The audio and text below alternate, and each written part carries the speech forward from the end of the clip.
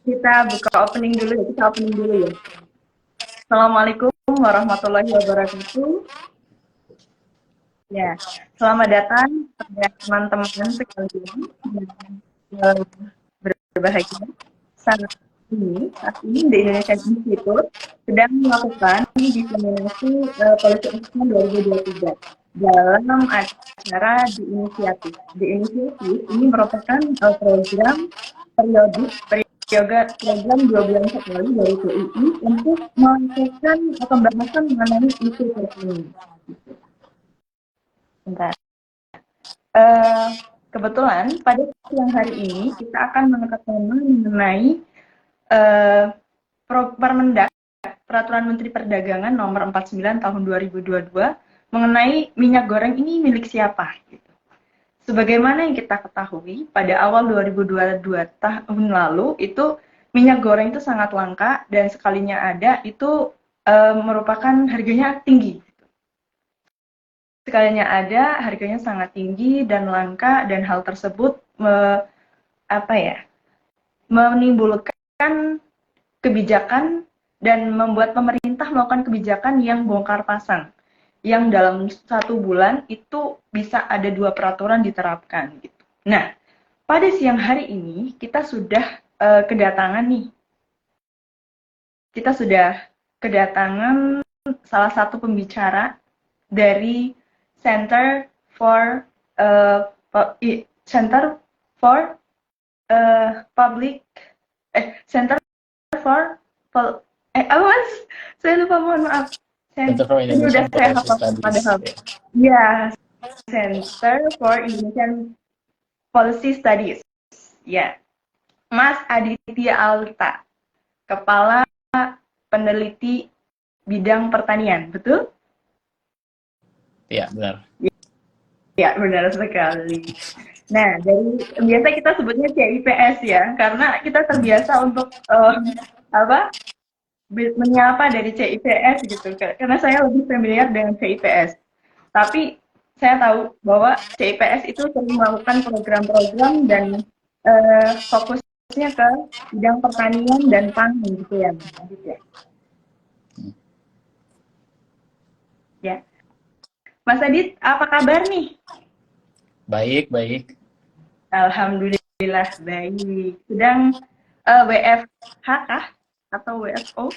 Ya, kebetulan kita di CIPS memang masih hybrid. Jadi hari ini kebetulan saya lagi di rumah. Ya. Sedang di rumah, sedang nyantai ya. Dan siang ini kita minta untuk join live sekarang ini. Oke, Mas Adit, sebagaimana yang sudah berjalan dalam 1 tahun ini, kita mau bahas nih di 1 jam mendatang ini, kita mau bahas tentang minyak goreng gitu.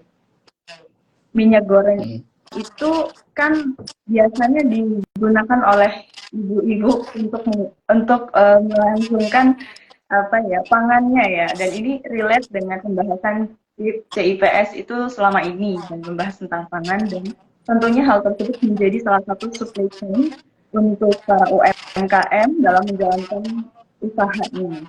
Nah, kemudian hal tersebut juga berdampak pada pertanian dalam hal ini, karena minyak goreng merupakan minyak goreng itu berasal dari perkebunan kelapa sawit ya, dari CPO, salah satu produknya dari CPO, dan kemudian pada tahun 2022 lalu, sebagaimana sudah saya sebutkan, terjadi pembatasan untuk ekspor, sehingga diberlakukannya ada HET, harga eceran tertinggi, dan juga adanya gejolak ekonomi karena perang Rusia dan Ukraina gitu ya. Nah, sebelumnya Mas Adit, untuk kita nanti ke depan nih bakal ngobrolin mengenai hasil penelitian dan temuan dari TII. Nah, selama dari awal tahun 2022 ini, TII melakukan sebuah kajian yang membahas mengenai review ya, policy assessment untuk melihat bagaimana efektivitas serta distribusi mengenai minyak goreng rakyat gitu. Jadi setelah bongkar pasang kebijakan di tahun 2022, yang terakhir pemerintah itu menetapkan Peraturan Menteri Perdagangan Nomor 49 Tahun 2022 mengenai tata kelola minyak goreng rakyat kan. Nah, di dalam studi yang kami lakukan ini, kami ingin melihat sejauh mana efektivitas serta sejauh mana distribusi yang telah diterapkan untuk mengatasi kelangkaan minyak goreng ini. Nah, kita akan lebih melihat gimana dari berdasarkan peraturan yang ada, yang udah dibentuk dengan fakta di lapangan gitu. Nah, itu nanti akan dijelaskan oleh saya dalam hal ini merupakan penulis dan peneliti bidang ekonomi, saya Nuresi Cayani, untuk membahas mengenai hasil temuan tersebut, hasil temuan dari kajian TII dalam pertengahan tahun ini. Dan kemudian nanti Mas Adit akan menjelaskan mengenai temuan dari CIPS untuk membahas mengenai dampak bongkar pasang peraturan dan dampak dari intervensi harga yang diatur oleh pemerintah yang terlalu dalam. Itu nanti kita akan melihat bagaimana efeknya gitu di masyarakat, baik itu efek jangka jangka pendek, jangka menengah maupun jangka panjang. Dan begitu juga efeknya untuk masyarakat dan juga perdagangan internasional maupun yang nasional gitu. Oke. Sebelumnya, Mas Adit, saya ingin bercerita ya mengenai temuan kami. Bercerita aja, kita santai aja dalam 60 menit ke depan. Jadi, sebagaimana yang sudah saya kirimkan ke Mas Adit dan kita presentasikan, kita terbitkan di dalam website kami, itu judul policy assessment kami merupakan efektivitas dan distribusi program minyak goreng rakyat.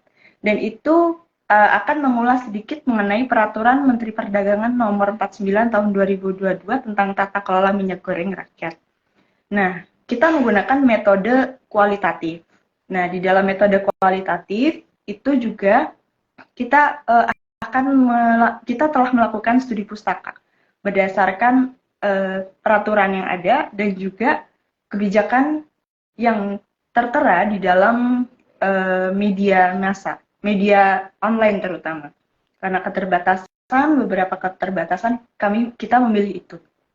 Kemudian selain itu, selain studi pustaka, kita juga melakukan evaluasi berdasarkan teori Kettner, Moroney, dan Martin tahun 2008, dan itu juga kita melakukan ulasan dari studi pustaka itu tadi, sehingga kita dapatlah hasil dari lima aspek.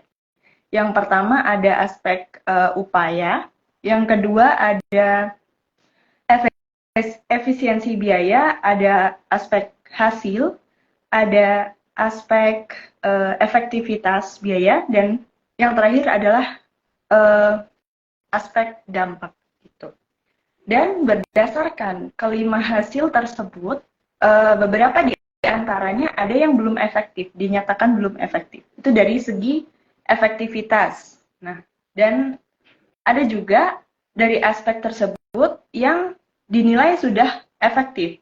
Misalnya yang sudah efektif itu adalah dari sistem penjualan minyak goreng rakyat itu. Nah, di dalam Peraturan Menteri Perdagangan Nomor 49 itu sudah tertulis bahwa perdagangannya sudah dia itu menggunakan satu pintu. Jadi pakai online yang boleh membeli minyak goreng rakyat yang sudah ditentukan oleh pemerintah itu sudah ada subjek-subjeknya gitu. Dan kemudian di dalam hal tersebut, di peraturan tersebut sudah diterapkan bahwa yang boleh adalah yang sudah terdaftar di SIMIRAH. SIMIRAH itu sistem minyak goreng rakyat yang bisa diakses oleh seluruh pelaku usaha gitu. Jadi di situ ada diatur siapa yang mendistribusikan, siapa yang boleh mengemas, siapa juga yang boleh membeli bahkan gitu. Nah, setelah itu dari segi dampak itu adanya minyak goreng rakyat dengan peraturan terbaru membuat peraturan itu lebih sederhana menurut penelitian kami.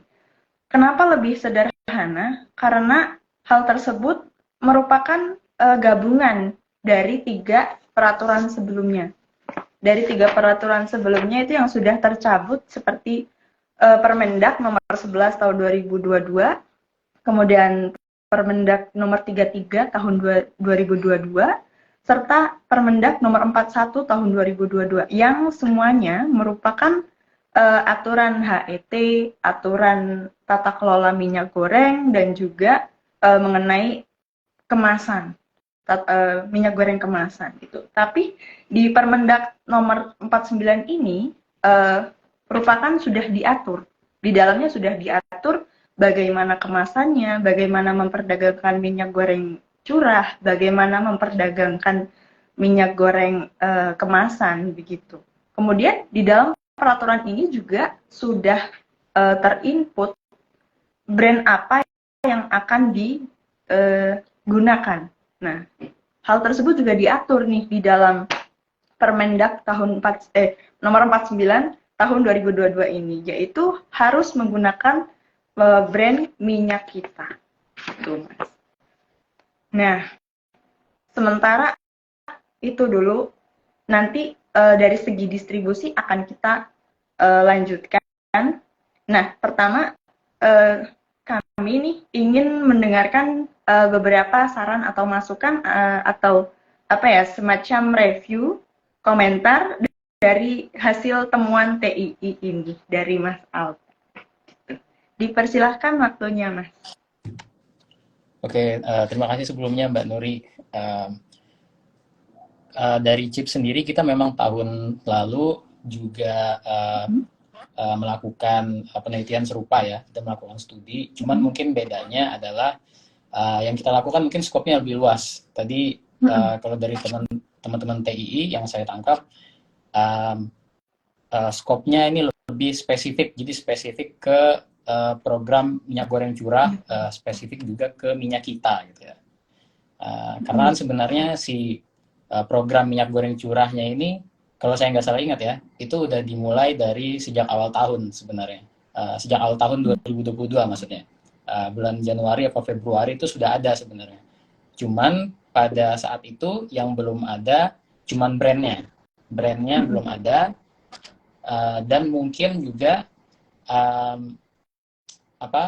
sistem distribusi sebagaimana yang dijelaskan oleh Mbak Nuri tadi, siapa yang bisa memproduksi, siapa yang bisa mengedarkan, siapa yang mengemasnya, itu mungkin itu yang belum ada ya pada awal tahun 2022.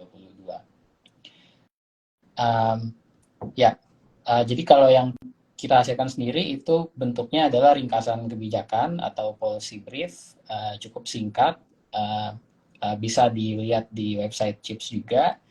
Judulnya tentang dari larangan hingga percepatan ekspor.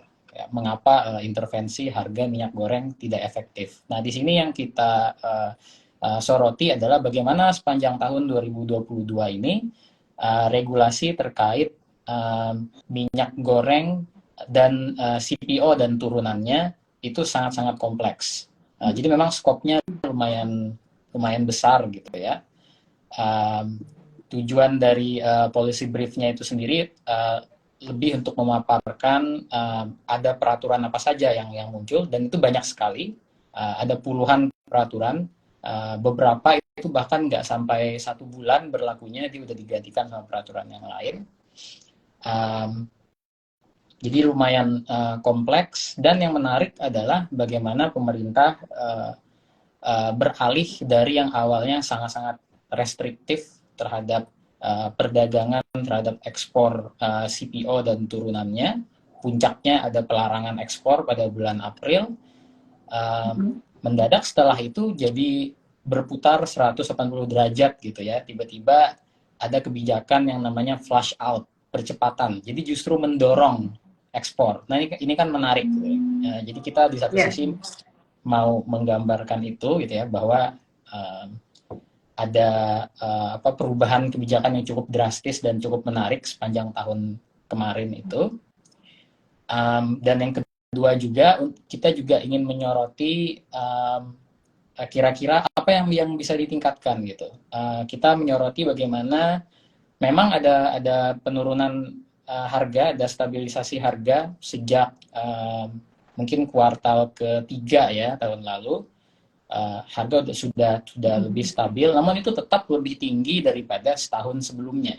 Jadi dia stabil tinggi sebenarnya harganya. Jadi apa yang bisa diperbaiki dari situ? Itu yang mau kita soroti.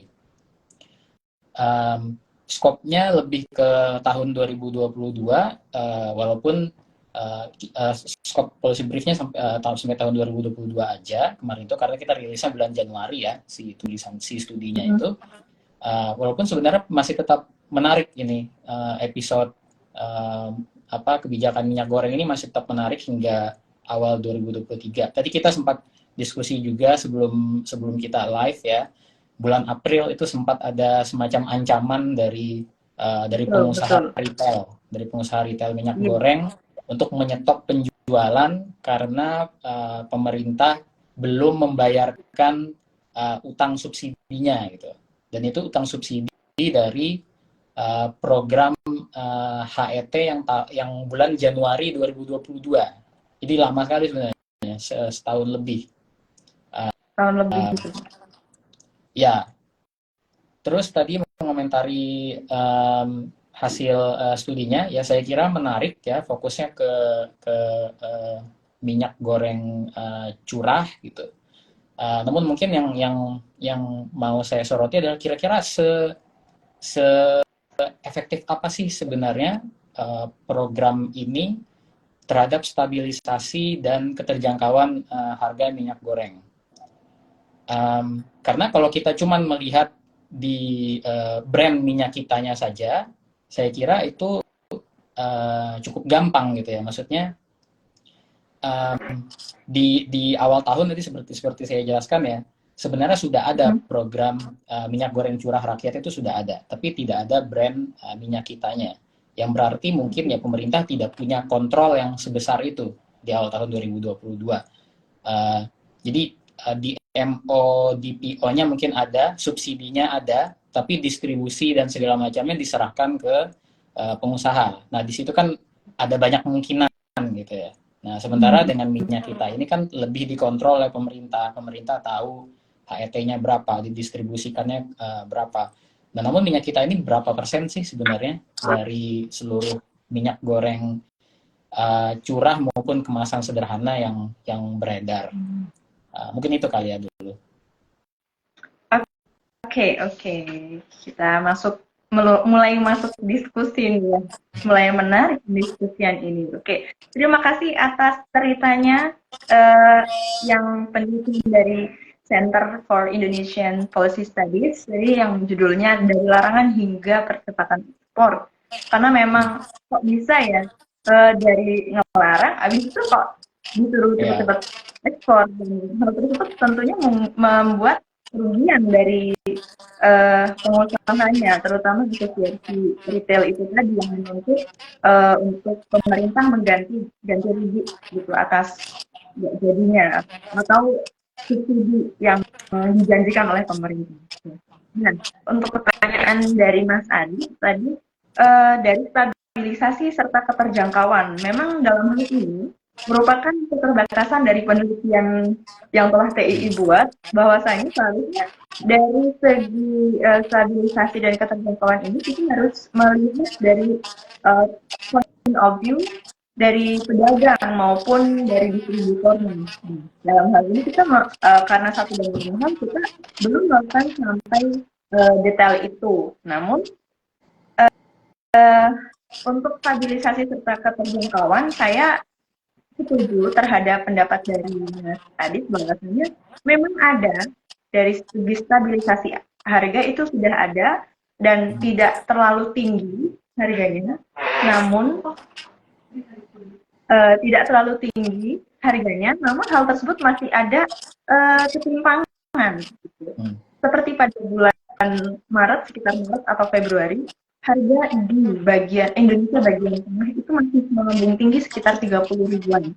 Namun di Pulau Jawa itu masih sudah mendekati kestabilan gitu. Nah, hal tersebut terbukti bahwasannya power dari pemerintah untuk membuat kebijakan yang dapat mempengaruhi harga minyak goreng ini belum terlalu dalam ya untuk mendistribusikan atau membuat harganya biar biasa aja gitu dan bisa terjangkau dan bisa ditemukan. Kalau ini masuk ke distribusi ya, bercerita mengenai distribusi di mana hal tersebut menjadi judul di dalam penelitian ini gitu. Kalau dilihat dari segi distribusi, ini juga masih menyangkut di dalam stabilisasi dan keterjangkauan. Dari segi distribusi itu di dalam studi ini melihat bahwa distribusinya sudah menyeluruh gitu. Sudah sedikit menyeluruh, namun di lapangan masih ada teknis seperti ada penemuan penimbunan, misalnya terjadi di Pelabuhan Marunda oleh PT Bina Karya Prima yang waktu itu diberitakan gitu. Namun hal tersebut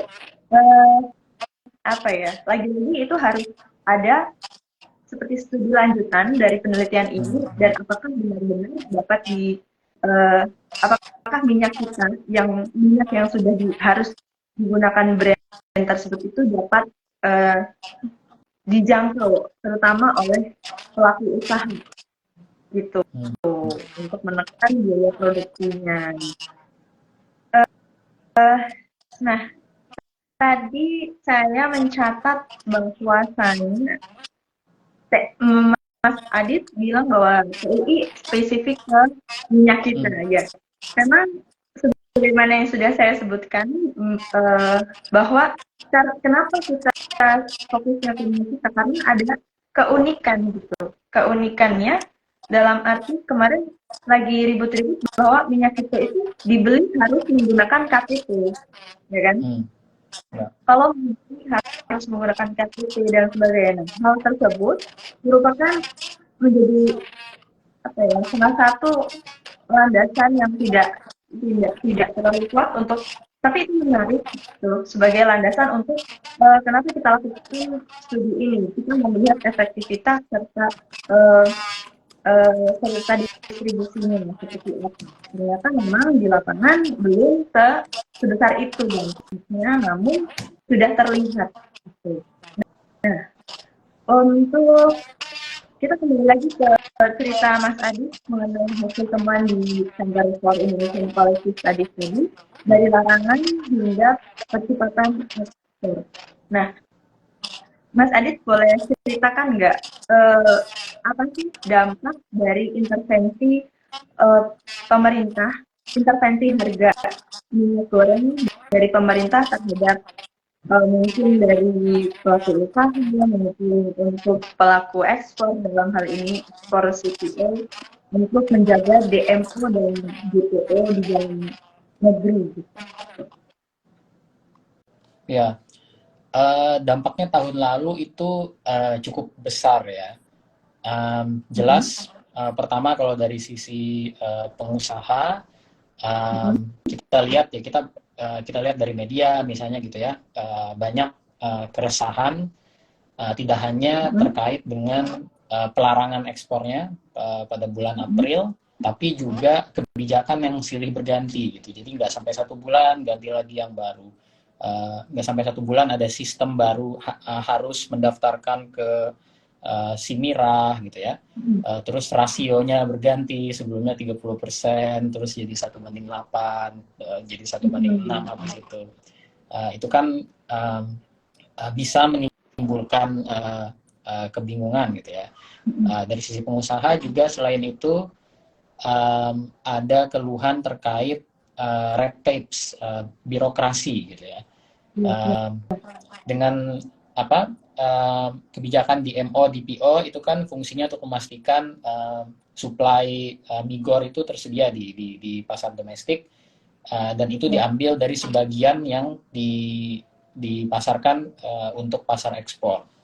Nah, Ya. itu membutuhkan partisipasi pengusaha ke dalam sistem minyak goreng curah, namanya Simirah gitu kan. Nah, itu kan ada pencatatannya gitu. Mereka harus comply, mereka harus submit formulir ini gitu. Nah, itu kan tahun lalu itu sempat membuat mendatangkan keluhan lah gitu. Harus mencatatkan distribusinya kemana, pembelinya siapa, berapa volume yang didistribusikan kayak gitu. Nah, itu kan red tape gitu ya, dan juga menimbulkan keterlambatan lah gitu. Tanpa adanya sistem itu mungkin ya bisa lebih cepat distribusinya. Itu dari sisi pengusaha.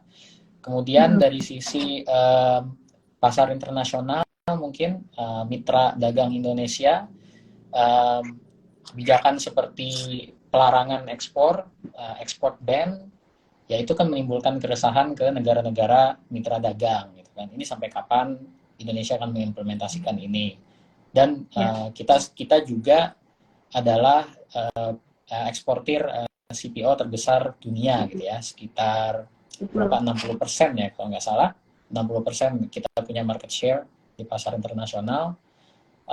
Seingat saya tahun lalu itu yang sempat kelabakan karena pelarangan ekspor itu India, kemudian Pakistan itu sampai 90% ya, 90% minyak gorengnya dari Indonesia. Terus mendadak itu hilang gitu kan, ya. Itu kan lumayan bikin negara lain ketar-ketir lah gitu ya. Terus juga konsumen juga terdampak karena ya itu tadi yang saya bilang ya, kebijakan ini kan berganti-ganti. Di awal mulai dari HT tidak efektif, kemudian ada di MODPO, kalau saya ini ya coba runut ya, kemudian ada di MODPO, terus habis implementasi di MODPO mendadak supply itu justru hilang dari pasar gitu kan. Terus kemudian kita dengar di media ada penimbunan di sini, ada penimbunan di situ, ternyata di gudang ini numpuknya gitu kan. Terus kita juga dengar ada masyarakat mengantri untuk beli minyak goreng, sampai ada ibu-ibu yang mungkin sudah tua gitu ya, terus kelelahan, terus dia sampai meninggal. Waktu itu ada laporan seperti itu juga. Itu menandakan bahwa ya itu kan tidak efektif gitu ya, tidak efektif dan justru menimbulkan reaksi yang mungkin cenderung resisten gitu dari pasar, dari bisnis gitu ya. Setelahnya ada perbaikan, sebagaimana saya tulis juga di ringkasan kebijakan yang kami tulis. Pemerintah lebih kebijakan yang dikeluarkan lebih baik setelah pelarangan ekspor itu. Pemerintah lebih memilih untuk fokus ke menaikkan pungutan ekspor misalnya. Ketika harga sekian, pungutan ekspor yang diberlakukan sekian. Jadi nggak langsung udah nggak boleh sama sekali ekspor gitu. Tapi boleh ekspor, tapi pungutannya naik, tapi rasionya sekian. Itu jadi dari konsumen juga terdampak. Kemudian tentu juga dari petani kelapa sawit. Banyak keluhan di terutama setelah pelarangan ekspor itu, TBS itu numpuk gitu. Tidak terjual, jadi tidak laku. Kenapa begitu? Karena yang kita ekspor itu sekitar 60% dari produksi CPO dan turunannya yang kita punya. Nah, 60% kita ekspor, berarti sisanya cuma sekitar 40% yang dikonsumsi secara domestik gitu kan. Nah, dengan adanya pelarangan ekspor, mendadak 100% dari CPO itu ada di pasar domestik gitu kan. Sementara kebutuhannya hanya sekitar 60%. Jadi apa yang kita lakukan kebutuhannya cuma sekitar 40%. Jadi apa yang kita lakukan untuk sisanya gitu kan. Nah, itu yang menumpuk pada akhirnya kan. Sempat ada demonstrasi juga dari petani gitu. Ya, kira-kira itu untuk dampaknya ya. Dan kebanyakan, mungkin satu catatan lagi, kebanyakan dampaknya itu adalah ke jangka pendek gitu kan. Dan ini juga yang kita soroti di dalam ringkasan kebijakan. Fokus intervensi pemerintah tahun lalu itu lebih ke menggunakan instrumen dagang gitu kan. Larang ekspornya, terus menjamin supply domestik melalui kuota, pembelakuan DMO DPO, kemudian penyesuaian pungutan ekspor. Itu kan semuanya instrumen perdagangan. Itu efektif dalam jangka pendek, tapi dalam jangka panjang cenderung kurang efektif, gitu ya. Yang kita soroti juga, misalnya tidak ada langkah atau perencanaan yang dilakukan untuk meninjau kembali misalnya tentang kebijakan biodiesel. Yang kita lihat justru despite terlepas dari krisis itu, terlepas dari harga yang tinggi, ketentuan untuk campuran sawit dalam biodiesel justru naik gitu kan. Tahun lalu 30, B30, awal tahun ini jadi B35, dan rencananya akhir tahun ini dinaikkan lagi jadi B40 gitu. Nah, ini yang menurut saya lumayan menarik ya tahun lalu itu. Kenapa tidak ada diskusi sama sekali tentang biodiesel? Benar-benar. Ya, kalau untuk jangka panjangnya, saya kira arahnya harusnya lebih ke sana gitu kan. Karena kita lihat dari tahun ke tahun, walaupun sekarang itu masih penggunaan untuk konsumsi, untuk minyak goreng itu masih paling banyak, sekitar 40%, tapi penggunaan untuk energi, untuk biodiesel itu terus naik, itu dia terus catch up dari tahun ke tahun. Dan bukan tidak mungkin dalam beberapa tahun ke depan, justru penggunaan minyak goreng Indonesia itu paling banyak untuk biodiesel. Nah, ini kan sebenarnya perlu ada diskusi, perlu ada perencanaan yang lebih ke arah sana. Mungkin itu untuk soal dampak ya. Oke, ini banyak banget catatannya barusan yang dijelaskan oleh Mas Adit. Tapi saya juga sepakat bahwasannya dampak dari intervensi mengenai harga dari pemerintah memang dari segala arah ya Mas. Saya sepakat bahwa dari segi pengusaha di dalam, tapi di Permendak nomor 22 tahun Permendak nomor 49 tahun 22 ini masih ada gitu persyaratan mengenai birokrasi gimana bisa dapat untuk ikut program MDR ini. Di antara di pasal 13 disebutkan bahwa untuk dapat ikut di dalam program MDR ini, minyak goreng rakyat ini, baik curah maupun eceran, itu harus melampirkan beberapa dokumen, gitu, seperti nomor induk berusaha, surat pernyataan perjanjian kerahasiaan, serta profil aplikasi yang akan digunakan dalam program minyak goreng rakyat berupa gambaran umum mengenai aplikasi yang dibangun gitu. Jadi kompleks itu untuk ikut program ini, seperti sebuah eksklusivitas ya bisa kita sebutkan gitu.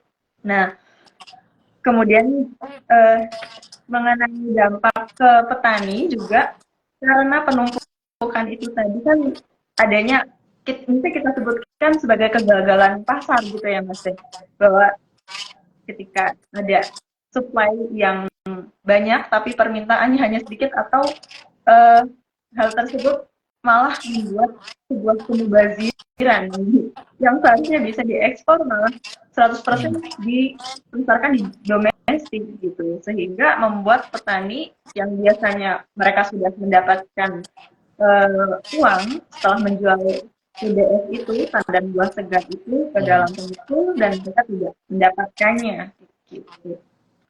Dari segi tempat juga mereka tidak memadai untuk menyimpan TBS, dan overload dan sebagainya. Dan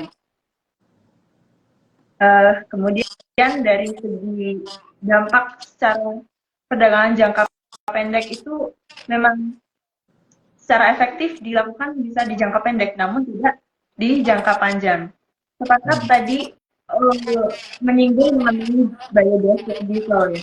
Mungkin untuk catatan TII ke depannya, bahwasanya mengenai penelitian untuk minyak goreng yang berasal dari CPO memang kita harus melihat bagaimana sih masa depan biodiesel biar kita bisa memanfaatkan seberapa besar nih buat minyak goreng dan seberapa besar untuk biodiesel dan kemungkinan uh, di masa depan atau di jangka panjang itu permintaan biodiesel itu berapa banyak gitu kan biar kita bisa juga biar tidak terjadi hal-hal seperti awal tahun sepanjang tahun 2022 kemarin gitu.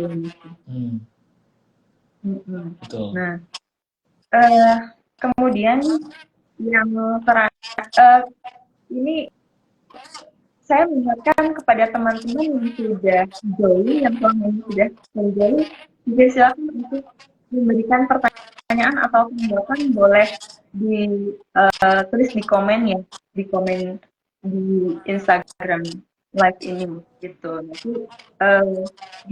ditujukan kepada siapa pertanyaannya dan akan kita jawab satu persatu. Oke. Sambil menunggu teman-teman untuk memberikan tanggapan atau pertanyaan, kita lanjut ke pembahasannya mengenai apa ini? Bagaimana tadi udah disebut sedikit gitu, mungkin bisa diceritakan bagaimana sih kok bisa teman-teman dari asosiasi pengusaha retail itu mengajukan sebuah apa ya ganti rugi untuk subsidi itu mungkin tadi mereka menagihnya gitu di bulan April yang bagaimana sudah dijelaskan di atas tadi.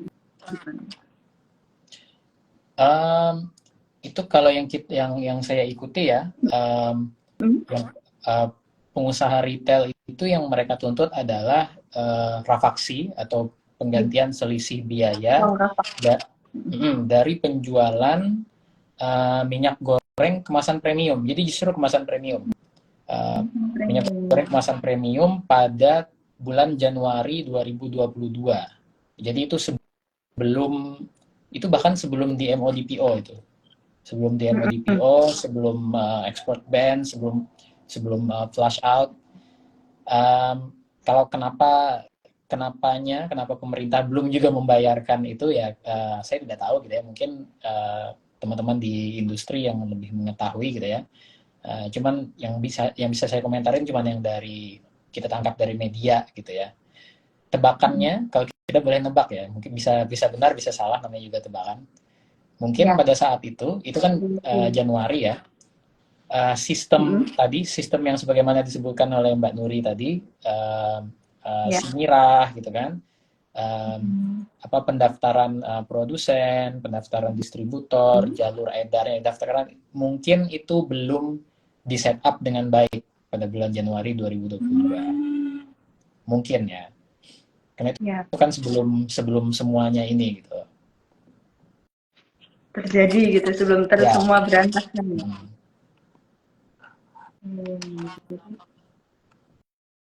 Bahkan jadi rahasia itu bahkan sebelum adanya larangan ekspor tadi ya, kemudian itu sebelum jadinya kelangkaan. Larangan ekspor itu kan bulan April 2022.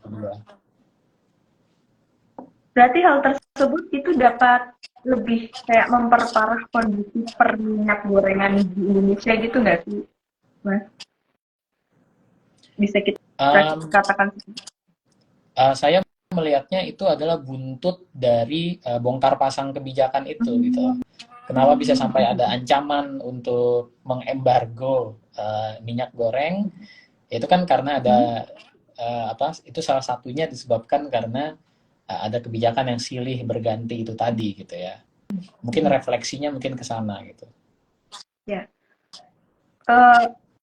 Tadi Mas Adi juga sudah memproyeksikan ini alasannya tuh kira-kira seperti itu. Nah, mungkin kita juga bisa katakan bahwa pengusaha, kalau kita lihat dari sisi pengusaha ini, selama ini pengusahanya kan juga karena diterapkan HET dan itu di bawah harga pasaran, mereka juga menuntut untuk penggantian kerugian gitu ya, Mas.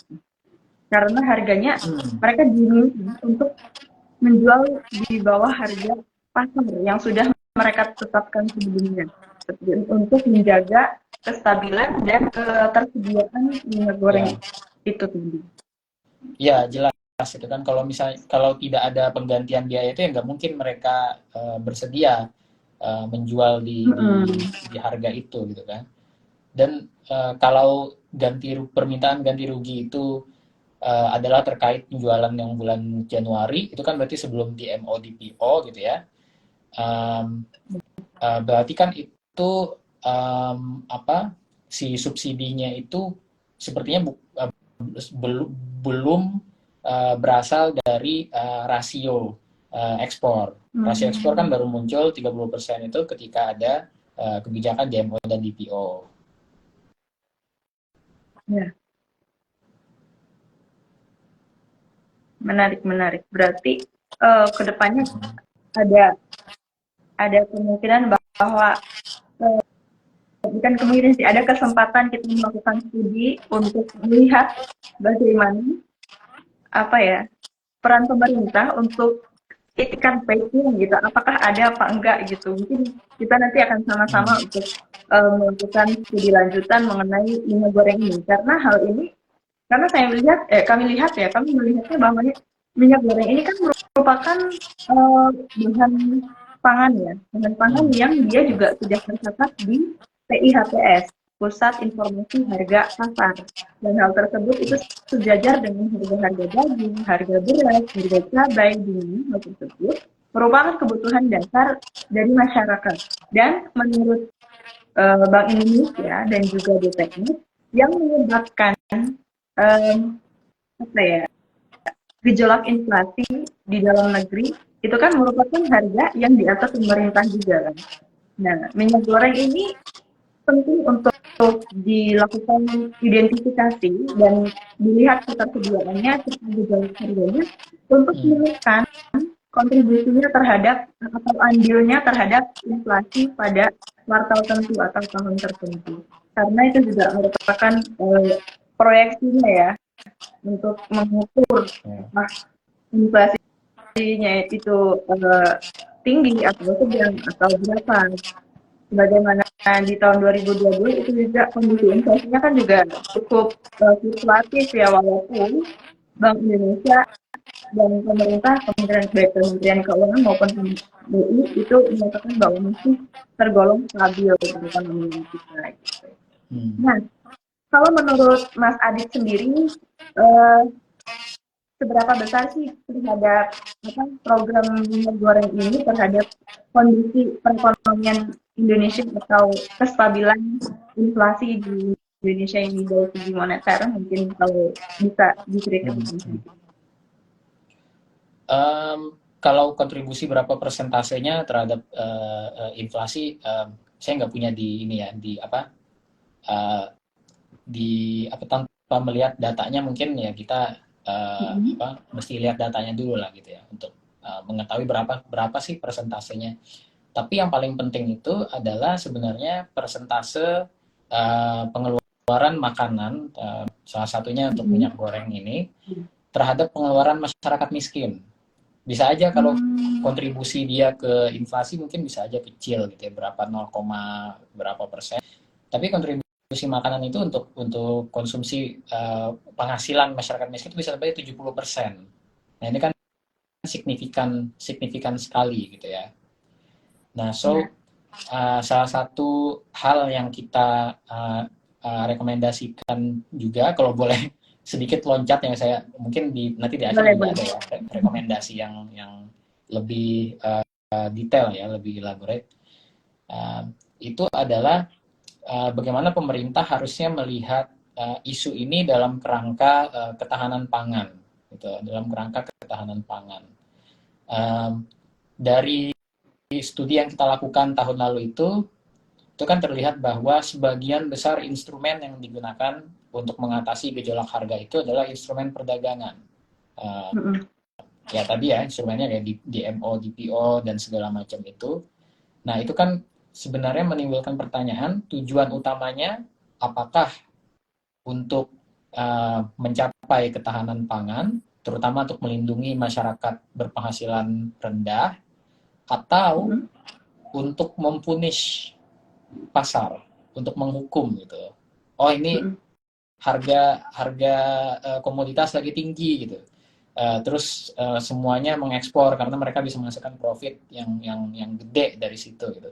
Nah, apakah tujuan kebijakan ini untuk menghukum itu atau untuk mencapai ketahanan pangan? Karena kalau jawabannya yang kedua, harusnya yang lebih baik adalah tidak cuma dengan mengandalkan instrumen-instrumen perdagangan ini juga, tapi juga perlindungan pendapatan masyarakat berpenghasilan rendah gitu ya, penghasilan lemah. Misalnya dengan apa? Dengan lebih fokus ke BLT misalnya. BLT memang ada tapi cuma sekali 300.000 doang pada saat itu. Terus juga itu tadi melihat ke seluruh sektor ini, tidak cuma di sektor perdagangannya tapi juga di produktivitas sawitnya. Masih banyak PR di situ ya. Kalau kita mau discuss soal itu juga, misalnya produktivitas petani kecil, petani kelapa sawit swadaya itu kan masih di bawah daripada perkebunan besar gitu kan. Dan itu kan karena pohon-pohon mereka tua gitu ya. Karena pohon-pohon sawit yang mereka miliki tua. Dana peremajaannya itu kecil. Sebagai porsi dari dana BPDPKS itu kecil gitu. Karena ya sebagian besar dana BPDPKS itu lebih ke tadi subsidi biodiesel, terus ini lagi ada subsidi minyak goreng gitu kan. Jadi ini mesti holistik gitu, mesti holistik melihatnya. Jadi tidak cuma mengandalkan instrumen perdagangan. Gitu. Ya, benar. Jadi memang harus secara keseluruhan ya, dari terutama saya sepakat dengan kata Mas Adia bahwa harus melihat dari segi ketahanan pangan. Dalam hari ini kita harus memperhatikan dari kelompok rentan.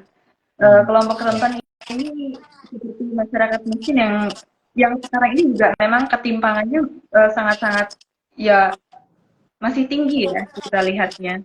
Dan bahkan dari itu kita juga harus memperhatikan ke kemampuan untuk membayar suatu masyarakat gitu. Jadi power parity-nya yang harus dilihat untuk menerapkan hal tersebut. BLT yang diterapkan seperti yang tahun 2022 lalu kan ada kebijakan dari pemerintah untuk memberikan BLT minyak goreng ya. BLT minyak goreng kepada masyarakat, dan hal tersebut hanya berlaku satu kali ya Mas ya. Satu kali, dan itu sebesar 300.000 dan iya. Dan itu juga belum tentu tepat sasaran gitu ya. Hal yang paling sulit dari pemerintah Indonesia kan bilangnya ketepatan sasaran itu yang kurang menyeluruh, sehingga masih belum merata gitu dan sehingga ketahanan pangannya belum terjaga ya, kita bisa lihat. Dan ya selain BLT dan juga dari kelompok masyarakat rentan, kita juga harus melihat dari produktivitas sawit gitu ya Mas ya. Saya sepakat juga bahwasanya itu kita juga dari PII melakukan studi di tahun 2022 setelah ada boomingnya, namun kita belum sempat merilisnya ya, dan kita menemukan bahwa dari lahan sawit itu kan banyak tipenya, seperti yang disebutkan Mas Adit, bahwa ada perkebunan sawit yang dari masyarakat, ada perkebunan sawit yang dari segi industri, dan hal tersebut memiliki perbedaan perbedaan menghasilkan buahnya itu beda-beda. Dan yang paling rentan itu dari produktivitas dari masyarakat sendiri, yang mereka memiliki lahan yang secara mandiri, perorangan gitu dari segi perorangan. Nah, dari situ kita juga bisa mengukur seberapa besar nilai tukar petaninya gitu. Nilai tukar petani kelapa sawit itu, dan hal tersebut juga bisa menjadi proyeksi atau sebuah ukuran untuk melihat gejolak harga yang mengakibatkan pada indeks harga konsumen yang berujung pada inflasi itu tadi gitu. Nah, sudah 15.50. Bagi teman-teman yang baru bergabung, dipersilahkan untuk bertanya. Jika ada pertanyaan apel sanggahan atau masukan mengenai topik kita pada sore hari ini mengenai efektivitas dan distribusi minyak goreng rakyat, baik itu curah maupun kemasan. Nah, yang mungkin teman-teman juga boleh menceritakan, pernah nggak sih ngelihat brand minyak kita gitu di pedagang UMKM atau di industri, atau ada nggak sih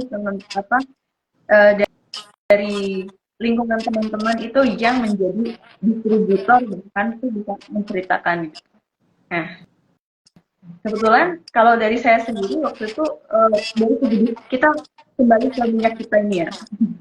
Jadi kembali ke minyak kita, saya juga pernah melihat ada pedagang yang sudah mendapatkan minyak kita. Tapi di dalam penelitian ini melihat secara studi pustaka, melihat dari berita online dan pemberitaan dan sebagainya, itu dari studi pustaka memang masih susah untuk memperoleh minyak kita ini yang kita yang menggunakan berbagai macam persyaratan yang ganti-ganti gitu ya Mas. Itu masih ganti-ganti sebagainya. Kemudian dari segi sosialisasi peraturan Menteri Perdagangan ini nomor 49 tahun 2022 juga studi pustaka ini melihat bahwa sosialisasi hanya dilakukan sekali dari itu pun hanya dari Direktorat Dagang Luar Negeri. Waktu itu kami melihat studi pustaka. Nah, menurut Mas Adit nih, apakah sosialisasi dari berbagai macam bongkar pasang ini, apakah sosialisasi peraturan ini sudah cukup luas gitu atau belum untuk masyarakat ini? Gitu. Ya, kalau dari kita sebagai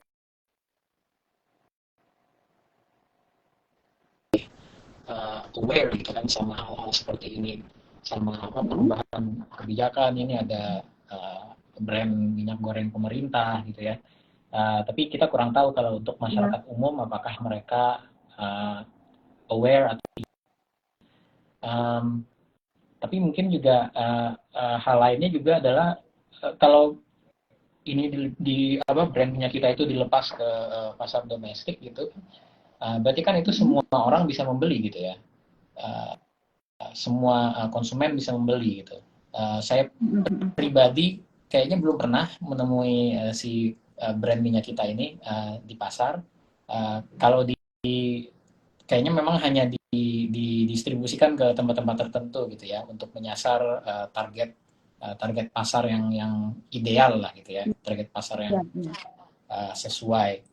Kalau misalnya kita ke supermarket misalnya, itu nggak ada gitu kan. Jadi memang mungkin memang sengaja diarahkannya ke untuk memenuhi kebutuhan masyarakat berpenghasilan rendah gitu, sehingga dia bersaing dengan minyak goreng curah gitu kan. Walaupun si minyak kita ini kemasan sederhana ya, bukan curah gitu kan, pakai pouch itu kan dia. Jadi kemasan sederhana tapi harganya harga curah gitu kan sebenarnya ya. Ya, jadi mungkin distribusinya sepertinya memang udah diarahkan ke sana, tapi yang saya masih ragu ini lebih ke pertanyaan juga ya, karena kita tidak mengawasi secara saksama juga. Apakah itu bisa dikontrol misalnya bahwa yang membeli itu memang benar-benar masyarakat berpenghasilan rendah, masyarakat rentan, dan UMKM misalnya. Setahu saya kontrol yang dilakukan cuman kuota aja kalau nggak salah kan, jadi maksimal berapa gitu masing-masing orang membeli ya. Tapi kita nggak tahu, kayak dia bisa aja misalnya orang kaya yang sebenarnya bisa aja membeli brand premium gitu kan di supermarket, tapi malah belinya itu gitu. Kalau benar seperti itu kan berarti masih ada keterbatasan ini kan, jadi seperti subsidi BBM lah jadinya kan dulu ya. Kalau sekarang kayaknya ada lebih tepat sasaran mungkin ya. Ya semua orang bisa memanfaatkan gitu. Jadi mungkin ya masukannya ke situ sih kalau terkait minyak kita ya, mungkin bisa lebih tertarget di masa depan gitu, bagaimana agar yang membeli itu benar-benar mereka yang membutuhkan gitu. Caranya mungkin bisa tidak dengan dijual bebas misalnya, tapi lebih untuk program-program tertentu dari pemerintah, program bantuan sosial, bantuan pangan kayak gitu. Iya benar.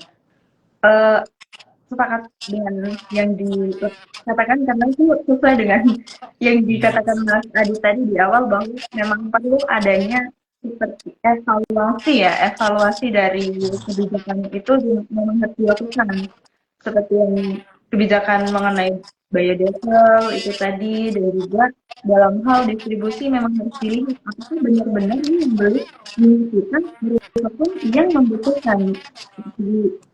Yang memang ketahanan pangannya itu sangat rentan gitu, untuk memenuhi kebutuhannya sehari-hari. Dan hal tersebut dengan adanya eksklusif untuk masyarakat yang membutuhkan, tapi tidak menutup kemungkinan itu ada semacam fraud ya, seperti salah salah salah salah tujuan, salah penjualan gitu, atau ada pihak-pihak yang oknum-oknum yang memanfaatkan untuk kekayaan pribadinya. Tidak menutup kemungkinan hal tersebut terjadi gitu ya Mas. Nah, tiba di penghujung acara nih Mas.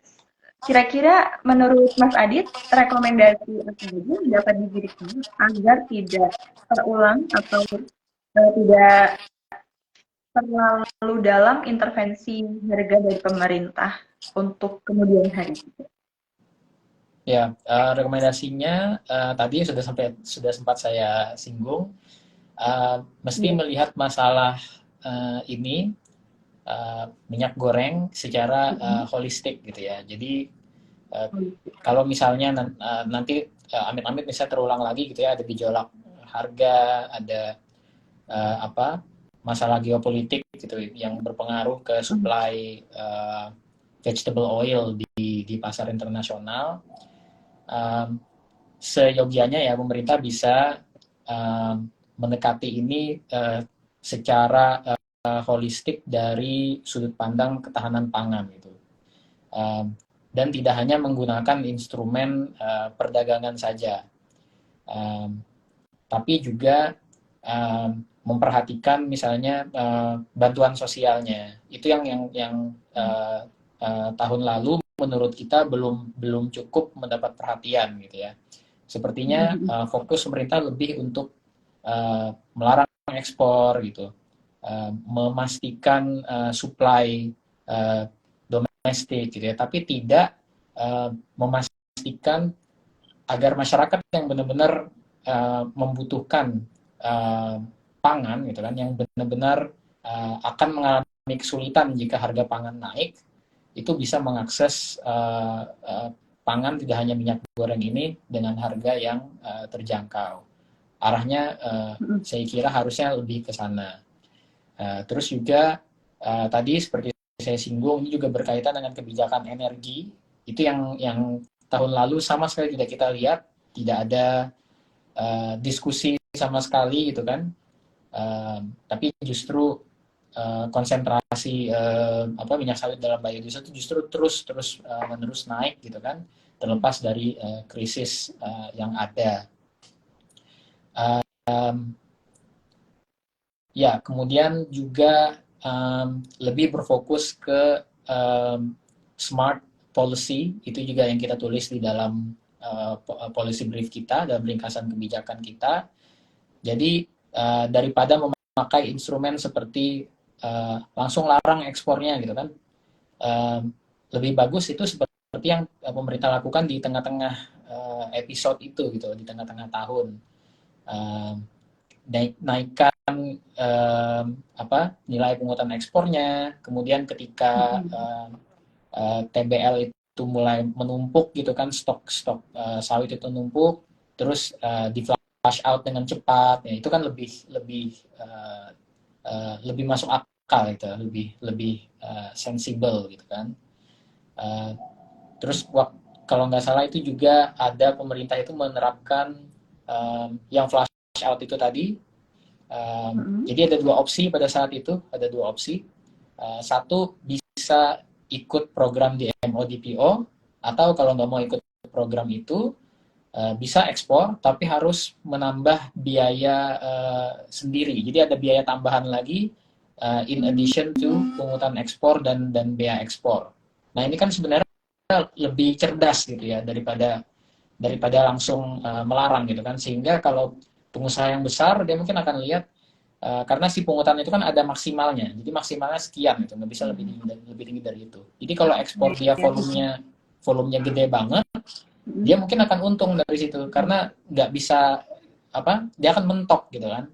Tapi kalau pengusaha yang eksportir yang lebih kecil, mungkin dia akan kayaknya lebih untung kalau kita ikut program DMO-DPO dalam negeri. Nah itu kan membuat pasar itu jadi berpikir gitu ya, yang mana yang harus kita ikutin gitu. Nah itu yang saya kira itu lebih smart gitu. Terus juga yang belum dilakukan tahun lalu, tidak ada diskusi dari pengamatan kita ya sama sekali, ada tentang penggunaan dana BPD PKS. Itu juga di tengah kisruh minyak goreng itu sepertinya tidak ada sama sekali diskusi ke arah sana gitu kan. Fokus hanya ke arah kebijakan-kebijakan jangka pendek. Ya, saya kira itu mungkin ringkasan rekomendasinya. Ya, oke, terima kasih Mas Adit. Mas Adit sudah menjelaskan mengenai rekomendasi tentang keholistikan kebijakan dan kajian biodiesel memang harus tentang energi itu memang harus, tidak hanya biodiesel itu memang harus dikaji lebih ulang, karena memang CPO ini berguna banget untuk apa sih gitu, nggak cuma pangan tapi juga biodiesel, tapi juga harus bijak juga dibagi mana yang untuk pangan, mana yang untuk energi gitu. Melihat saat ini tuh masyarakat itu lagi lagi happening atau lagi memang increase ya tentang awareness about climate change dan tentang hidup dengan energi yang ramah lingkungan bahasanya, dan itu semakin meningkat dan tidak menutup kemungkinan ke depan juga bakal meningkat gitu. Kalau misal tidak diatasi dari sekarang, memang akan terulang kembali ya hal-hal seperti tahun 2022 lalu. Kemudian untuk kebijakan rekomendasi kebijakan harus melihat smart policy ya. Smart policy sebagaimana yang telah disebutkan, memang dana BPJS sebenarnya sudah dari tahun kebijakan penerapan hal tersebut, tapi miss gitu dari masyarakat, dan masyarakat hanya melihat dari segi teknisnya. Kemudian yang itu yang membuat pemerintah mereka melihat seperti jalan pintasnya aja gitu, kebijakannya gimana, tanpa harus melihat dulu secara keseluruhan mengenai kebijakan penerbitan kebijakan DMO gitu, penerapan itu. Jadi memang kebijakan yang diterapkan itu hanya jalan pintas aja biar cepat gitu, misalnya dikasih BLT lah dan sebagainya, dan hanya berdampak secara jangka pendek, tidak secara jangka panjang gitu ya gitu. Oke. Karena tidak ada dari teman-teman yang memberikan saran dan pertanyaan, mungkin alhamdulillah kita sudah melakukan diskusi yang panjang dan kita mendapatkan sebuah insight, dan saya melihat ada telah untuk kita mungkin bisa melakukan studi lanjutan mengenai policy assessment mengenai minyak goreng ini, karena sangat luas ya, baik bisa dilihat dari pasar domestik, kita juga bisa melihat dari segi pasar internasional ya, dan hal ini juga bisa kita kaitkan dengan supply chain mungkin, rantai pasok baik dalam negeri maupun luar negeri gitu. Mungkin terlalu lebar, nanti kita bisa lanjutkan lagi. Semoga ada kesempatan untuk SHIPS dan TII untuk melakukan kolaborasi kerja-kerja yang membuat perekonomian lebih menerapkan mengenai kebebasan ekonomi di Indonesia gitu ya. Nah, kemudian kami ucapkan terima kasih yang sebesar-besarnya kepada Mas Aditya Alfi sebagai Kepala Peneliti Bidang Pertanian dari Center for Indonesian Heritage Studies atau CIPN yang sudah meluangkan waktunya dan memberikan insight kepada kita semua ya pada sore hari ini. Terima kasih banyak, dan kepada teman-teman sekalian yang sudah join dari awal sampai jam 4 ini, terima kasih banyak. Saya ucapkan program inisiatif ini merupakan salah satu program dari PUI untuk mempresentasikan hasil temuan terhadap isu-isu yang sedang berlangsung. Dan kita juga selain inisiatif, kita juga punya policy talk yang membahas mengenai kebijakan dari pemerintah, dan itu dilakukan sebulan sekali. Kita juga ada di Indonesian Forum yang dilakukan 1 bulan sekali. Kita juga punya Indonesian Update yang kita rilis setiap bulannya. Dan kita juga ada wacana, dan selengkapnya ada di website serta media sosial kami, baik IG, Twitter, dan Facebook. Sampai jumpa di program TUI selanjutnya. Mas Adit, terima kasih banyak. Ya, terima kasih, Mbak. Dan ya, kami akhiri. Wassalamualaikum warahmatullahi wabarakatuh. Sehat selalu Mas Adit. Terima kasih. Ya, terima kasih Mbak Nuri.